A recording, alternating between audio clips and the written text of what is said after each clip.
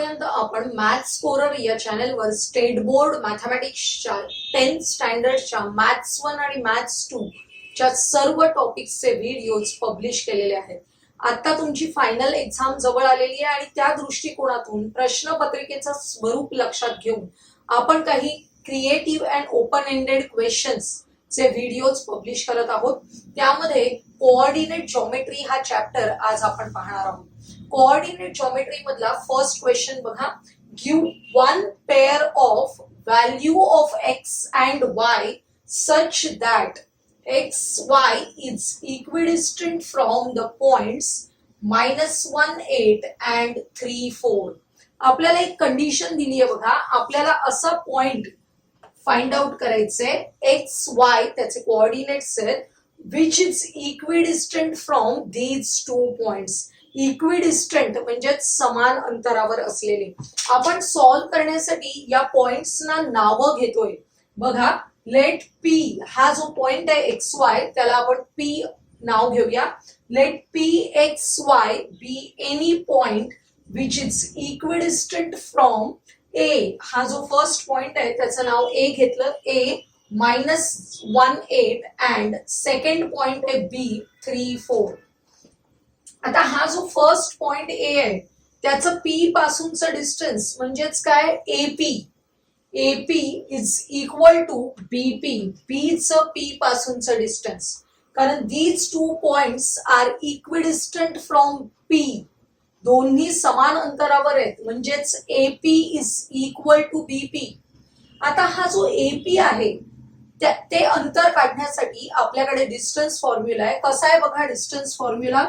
Square root of x2 minus x1 bracket square आपण y2 ने लिहूया. y2 minus y1 bracket square plus x2 minus x1 bracket square आणि त्याचा square route आहे. लक्षात घ्या हा स्क्वेअर रूट प्रत्येक वेळी लिहायला लागायला नको म्हणून आपण AP वरून AP स्क्वेअर काढतो. AP square is equal to BP square. जेव्हा आपण असं स्क्वेअर करणार आहोत स्क्वेअरिंग बोथ द साइड्स केल्यानंतर हा जो स्क्वेअर रूट साइन आहे ते दोन्ही बाजूच्या एक्सप्रेशन मधलं जाणार आहे आणि आपलं कॅल्क्युलेशन सोपं होणार आहे.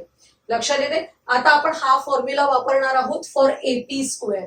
आता हा जो A आणि P आहे त्यातला A चे कोऑर्डिनेट्स आहेत ते आपण x1 y1 समजूया आणि P चे कोऑर्डिनेट्स आहेत ते x2 y2 समजायचे. बघा A चे कोऑर्डिनेट्स आहेत ते मी घेतले x1 y1 आणि P चे कोऑर्डिनेट्स घेतले x2 y2. या फॉर्म्युल्यामध्ये आपण सबस्टिट्यूट करतोय y2 minus y1. y2 म्हणजेच काय y मायनस y1. y1 काय आहे 8 म्हणजेच y minus 8 bracket square plus x2 minus x1. x2 ची व्हॅल्यू आहे x मायनस x1 ची व्हॅल्यू आहे -1. मायनस ऑफ मायनस प्लस 1 होणार आहे म्हणजेच हा जो ब्रॅकेट आहे तो सिम्प्लिफाय केल्यावर x प्लस 1 ब्रॅकेट स्क्वेअर असा होणार आहे. आता या बाजूला बघा BP स्क्वेअर. जेव्हा आपल्याला BP स्क्वेअर काढायचा असतो तेव्हा आपण B चे कोऑर्डिनेट्स x1 y1 घ्यायचे आणि या P चे कोऑर्डिनेट्स x2 y2 आहेत. काय होईल बघा एक y2 minus y1. इथे y2 ची व्हॅल्यू आहे y मायनस y1 ची व्हॅल्यू आपण सबस्टिट्यूट केली 4 ब्रॅकेट स्क्वेअर प्लस x2 म्हणजेच x मायनस x1. x1 ची व्हॅल्यू आहे 3 आणि ब्रॅकेट स्क्वेअर करायचं. हे जे स्क्वेअर्स करायचे आहेत आपल्याला y मायनस 8 ब्रॅकेट स्क्वेअर कोणता फॉर्म्युला वापरावा लागेल. एक्सपान्शन फॉर्म्युला वापरायचा आहे आपल्याला. a minus B bracket square. काय फॉर्म्युला असतो a square minus 2ab plus B square. अशा प्रकारे आपल्याला एक्सपान्शन फॉर्म्युला वापरून याचं एक्सपान्शन करायचंय. यातला a म्हणजे y आहे आणि b म्हणजे काय आहे 8. त्यामुळे y square minus 2ab 2 into y into 8 that is 16y plus B square 8 square ची व्हॅल्यू येणार आहे 64 प्लस इथे x प्लस 1 झालेले आहेत. हा ब्रॅकेट सिम्प्लिफाय केल्यावर आपल्याला x प्लस 1 मिळालेला आहे एक्स प्लस 1 ब्रॅकेट स्क्वेअर करायचंय, तो आपण ए प्लस बी ब्रॅकेट स्क्वेअरचा फॉर्म्युला वापरून करणार आहोत. आणि A plus B bracket square मध्ये काय असणार आहे, इथे प्लस असेल त्यावेळी ही मिडल टर्म सुद्धा प्लस असते. म्हणजेच बघा X square plus 2ab 2 into X into 1 that is 2x plus B square म्हणजेच 1 इज इक्वल टू, इथे परत आपल्याला ए मायनस बी स्क्वेअरचा फॉर्म्युला यूज करायचंय. एक्सपान्शन येणार आहे Y square minus 8y plus 16. त्यानंतर एक्स मायनस 3 ब्रॅकेट स्क्वेअर, तोच एक्सपान्शन फॉर्म्युला यूज केला आणि x square minus 6x plus 9 मिळाले. आता बघा हा जो वाय स्क्वेअर आहे प्लस वाय स्क्वेअर हा इक्वल टू साइनच्या या बाजूला असलेल्या वाय स्क्वेअर बरोबर कॅन्सल होणार आहे. कारण हे वाय स्क्वेअर जर अपोजिट साइडला आले तर मायनस वाय स्क्वेअर होणार आहेत, त्यामुळे ते कॅन्सल होतात. इथे हा प्लस एक्स स्क्वेअर आहे तो या बाजूच्या या प्लस एक्स स्क्वेअर बरोबर कॅन्सल होणार आहे. आता आपण काय करूया बघा, -16y, या -16y जवळ हा -8y आणायचे, अपोजिट साइडला येताना तो +8y होणार आहे. त्यानंतर आपण +2x लिहून घेतले, या बाजूचा -6x या बाजूला आला, काय होणार आहे +6x. आता बघा काय काय राहिलेलं आहे, हे जे कॉन्स्टंट नंबर आहेत +64 +1 ते आपण अपोजिट साइडला न्यायचे, ते होणार आहेत -64 -1. अपोजिट साइडला जाताना त्यांच्या साइन्स चेंज होणार आहेत आणि इथे असलेले जे नंबर आहेत +16 +9 ते आहेत तसेच लिहायचे. आता बघा -16y + 8y ऍडिशन केली आपण -8y मिळाले. इथे +2x +6x +8x झाले. या सर्वांचं कॅल्क्युलेशन जर तुम्ही केलं तर तुमच्या लक्षात येईल 16 + 9 होतात +25 आणि या दोघांचं -64 -1 होतात -65 आणि त्यामुळे रिझल्टंट आन्सर आपल्याला येणार आहे -40. त्यामुळे इथे लिहायचे -40. आता आपल्याला इक्वेशन जे मिळालेलं आहे त्याला आपण 8 ने डिव्हाइड करायचंय. 8 ने डिव्हाइड केलं की आपल्याला इक्वेशन मिळेल -y + x is equal to -5. लक्षात येते, हा जो -y आहे तो अपोजिट साइडला गेला +y झाले, -5 अपोजिट साइडला आला +5 होतील. मग मी इक्वेशन लिहिलेलं आहे y is equal to x + 5. तुम्ही कोणत्याही प्रकारे त्याला सिम्प्लिफाय करू शकता. मला y ची व्हॅल्यू काढायची असेल तर x + 5 केल्यावर मिळणार आहे. हा ओपन एंडेड क्वेश्चन आहे, लक्षात घ्या. आपल्याला x आणि y च्या व्हॅल्यूज ह्या आपल्या मनाने घ्यायच्या आहेत. समजा मी x ची व्हॅल्यू 3 घेतली तर y ची व्हॅल्यू होणार आहे 3 + 5. 3 + 5 इज इक्वल टू 8. आपल्याला 1 पेअर फाइंड आउट करायला सांगितलेली आहे. हे प्रत्येक विद्यार्थी वेगळी वेगळी पेअर लिहू शकणार आहे. हा ओपन एंडेड क्वेश्चन आहे, हे लक्षात घ्यायचंय.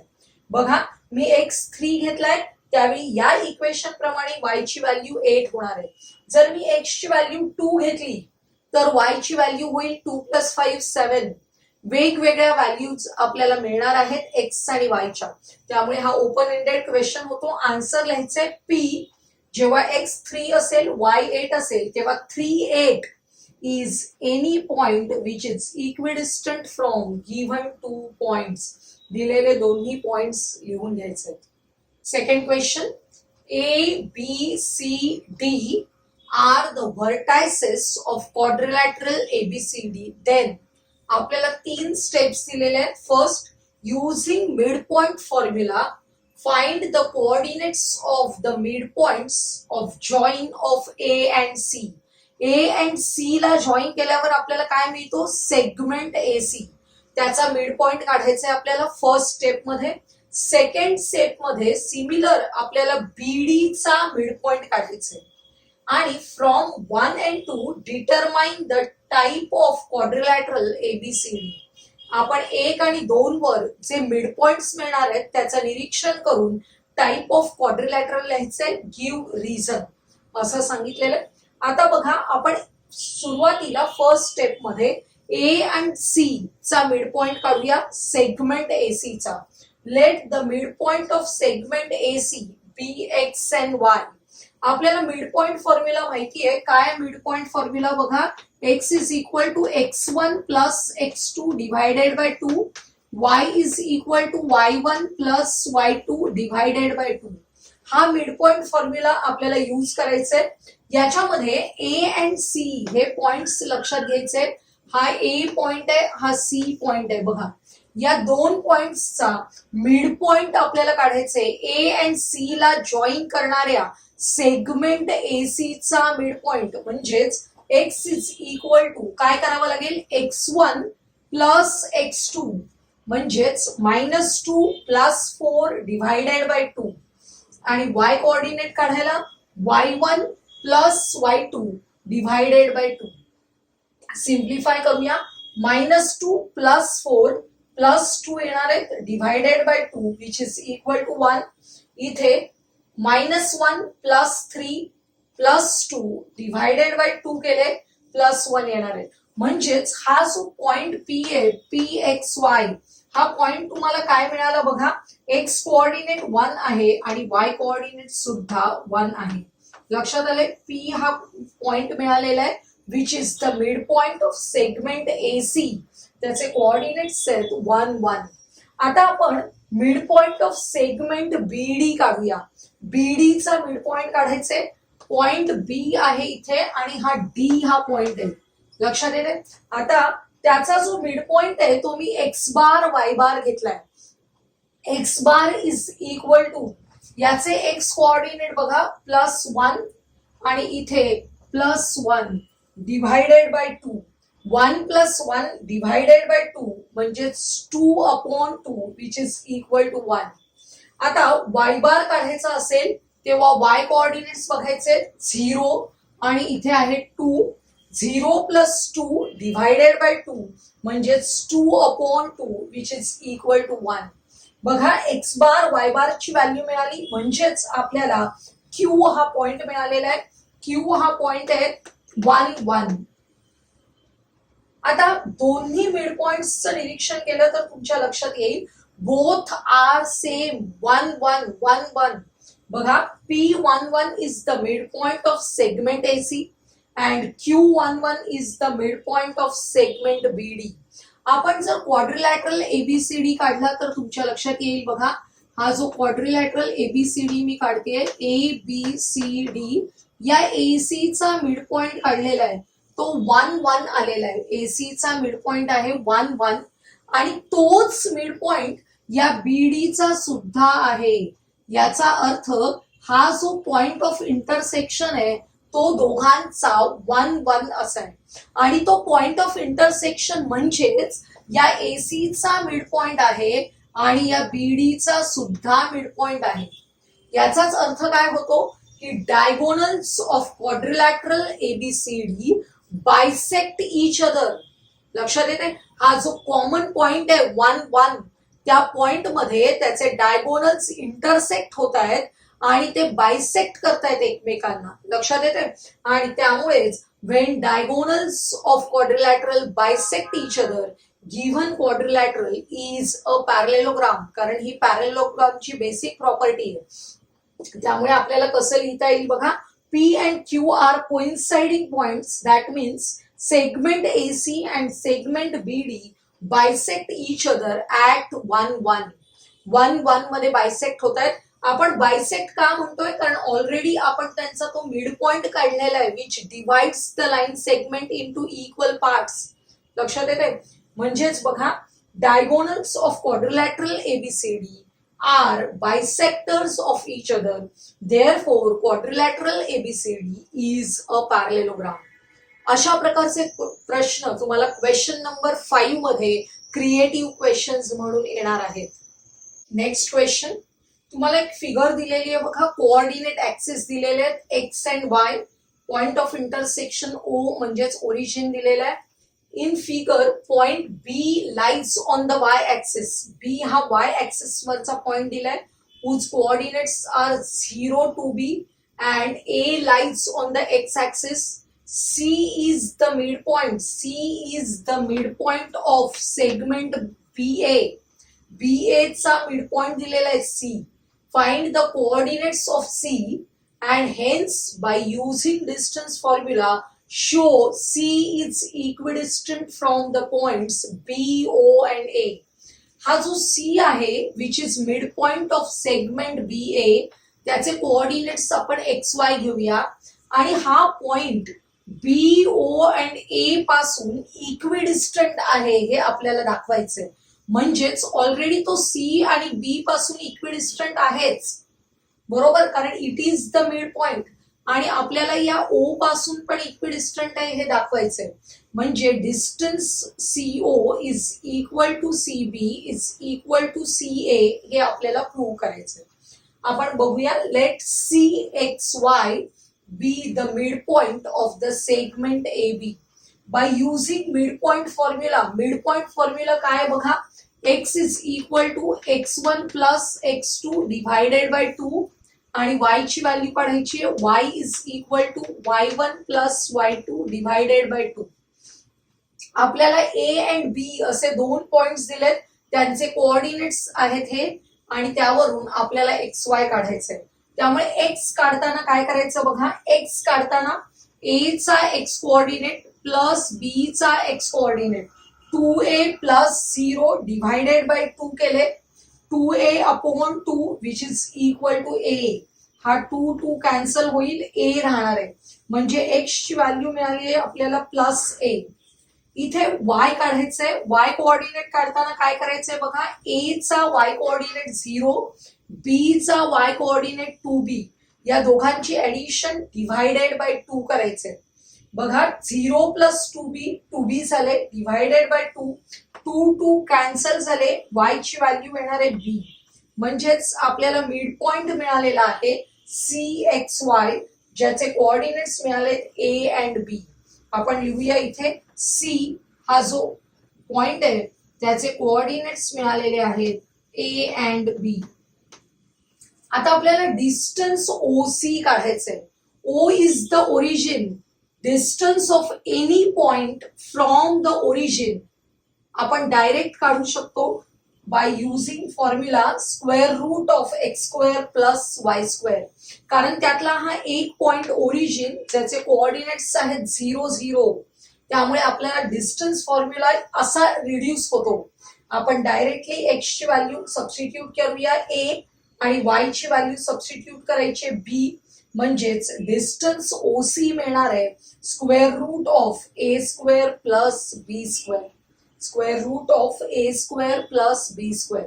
आता डिस्टन्स फॉर्म्युला यूज करायला सांगितलंय बाय युझिंग डिस्टन्स फॉर्म्युला.